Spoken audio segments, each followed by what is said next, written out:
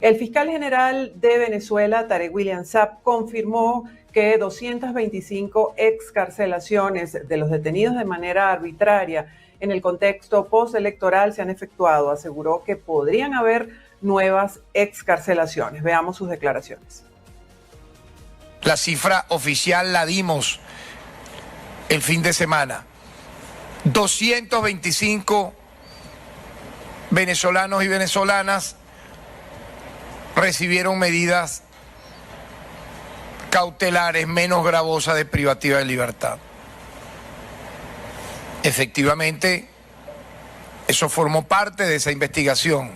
Pudieran ocurrir otras acciones como esta, pero a quienes se le responsabilice producto de esa misma investigación, de la participación en los hechos que estoy acá narrando, la justicia también actuará para que sean sancionados y condenados por esos hechos.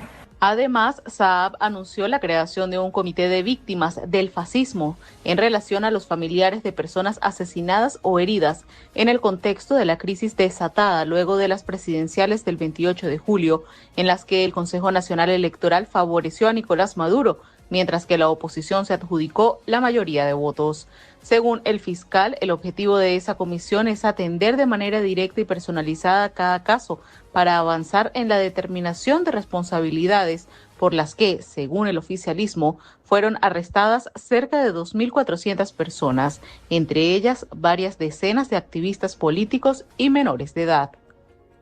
Así como le hemos dado voz a todas esas madres que esperaban la liberación de sus hijos detenidos de manera arbitraria luego de las elecciones en Venezuela, hoy lo hacemos con los familiares de nuestro compañero de labores, Paul León, quienes exigen al fiscal Tarek William Saab que sea liberado. Se encuentran esperanzados desde las afueras del penal de Tocuyito en el estado Carabobo.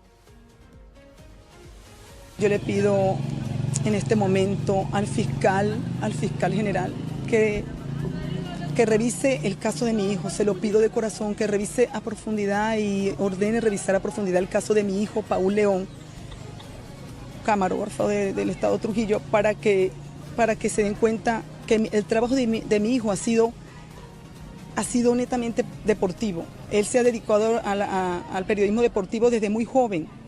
Pueden corroborarlo con toda la documentación que entregué, con toda la documentación que dejé en manos del defensor desde hace mucho tiempo, y donde sabemos que el defensor hizo su trabajo, y le pido eso. Le pido que por favor revisen el caso y mi hijo sea liberado. Él no merece estar allí, él fue injustamente detenido.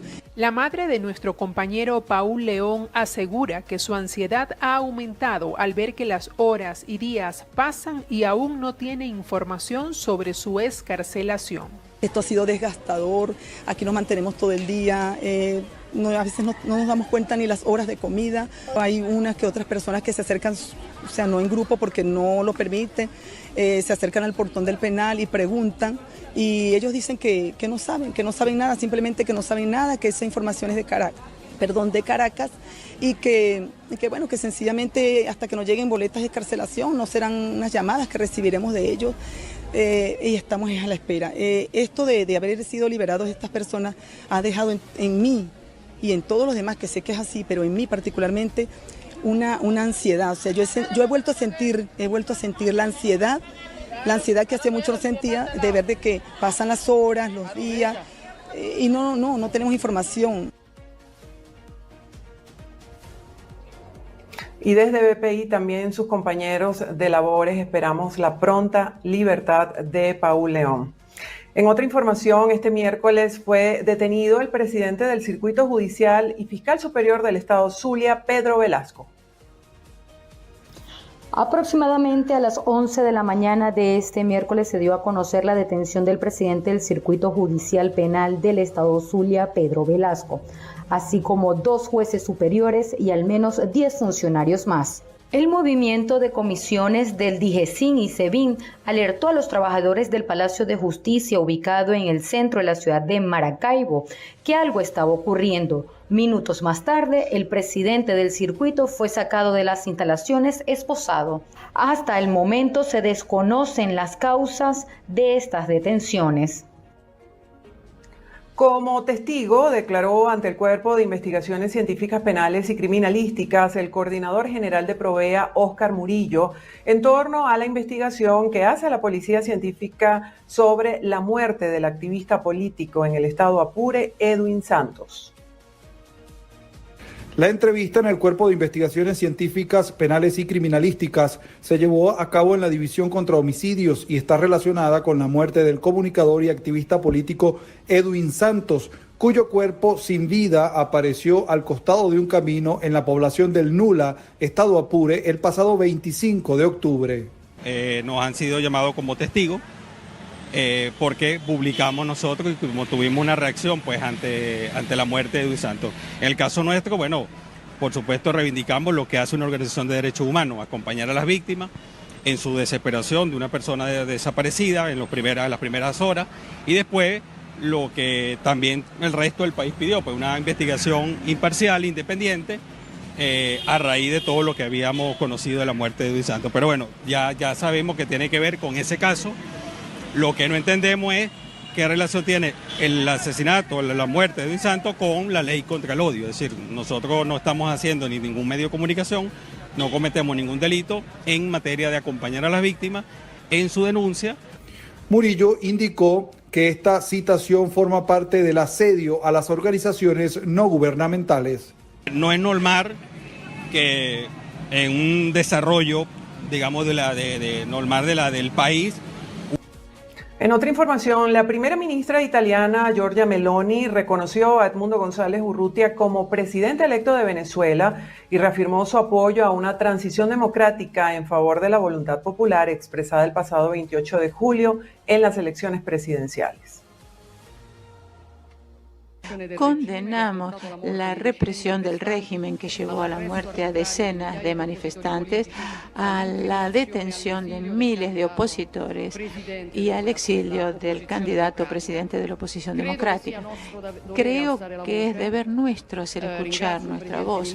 Yo le agradezco al presidente Milei porque lo hizo en varias oportunidades. En todos los comunicados del G7 durante nuestra presidencia hicimos manifiesta esta posición y todavía lo vamos a hacer con una voz más clara y trabajamos por una transición democrática y pacífica de Venezuela para que la preferencia manifestada por el pueblo europeo a favor de González Urrutia y la explícita demostración de búsqueda de libertad se plasmen en la realidad. Cambiamos de tema. Al menos $100 deben invertir en insumos médicos los pacientes en Venezuela a la hora de someterse a una cirugía en cualquier centro de salud público del país. Así lo refleja una nueva edición de la Encuesta Nacional de Hospitales. Pacientes venezolanos invierten al menos $100 en insumos para poder ser operados en un centro de salud pública. Este costo puede incrementar a un promedio de $230 en cesáreas. Así lo indicó la más reciente edición de la Encuesta Nacional de Hospitales, correspondiente al primer semestre de 2024. Desde la Encuesta Nacional de Hospitales denunciaron además el requerimiento de pagos extraoficiales en algunos centros de salud de un total de 40 monitoreados, 57% de ellos realizados a personal médico, 45% a personal de enfermería y otros 30% por insumos. Asimismo, se evidenció hasta un 60% de inoperatividad en salas quirúrgicas y hasta un 74% de desabastecimiento en quirófanos, siendo Táchira, Nueva Esparta y Apure los estados más afectados.